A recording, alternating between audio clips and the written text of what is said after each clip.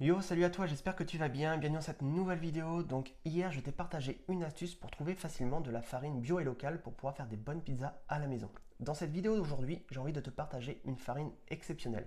Cette farine, c'est la fleur de Berry. La fleur de Berry, c'est une farine produite dans le département de l'Indre par une ferme familiale. Et donc du coup, tu vas pouvoir y trouver du blé, de l'épeautre, des blés anciens. Et cette farine, moi, je l'ai découverte grâce à Thierry Delave, qui est malheureusement décédé. C'était un passionné de levain, de pain, de pizza, des produits de qualité de manière générale. Et donc, j'avais pris contact avec lui pour pouvoir avoir justement l'adresse de cette ferme pour pouvoir commander de cette farine.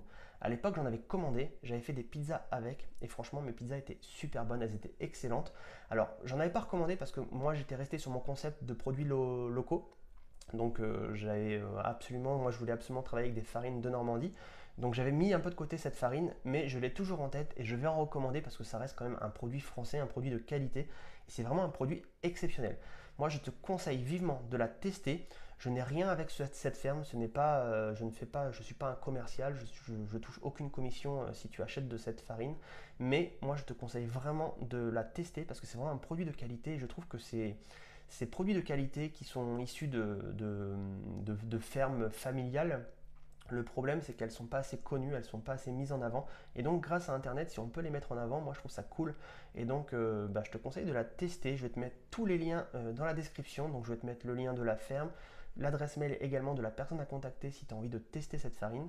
Et ensuite, j'aimerais bien que si tu commandes cette farine, que tu la testes, j'aimerais bien que tu me redises soit dans les commentaires, soit en message privé, ce que tu penses de cette farine. Moi, je suis persuadé qu'une fois que tu l'auras testée, tu n'auras plus du tout envie d'utiliser des moulins du type Caputo ou autre parce que ça n'a rien à voir, on n'est pas du tout sur le même type de produit.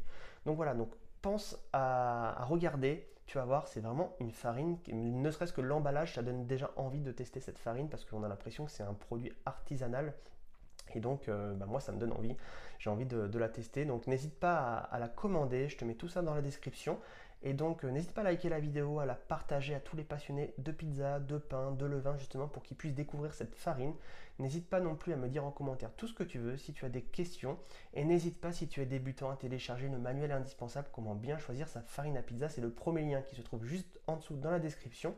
Et en plus, comme je l'ai dit dans la vidéo d'hier, il y a un lien à l'intérieur qui regroupe, en fait, c'est un annuaire qui regroupe tous les moulins et tous les minoteries par département où tu vas pouvoir trouver justement de la bonne farine pour pouvoir faire des bonnes pizzas. Donc n'hésite pas à le télécharger, c'est le premier lien dans la description.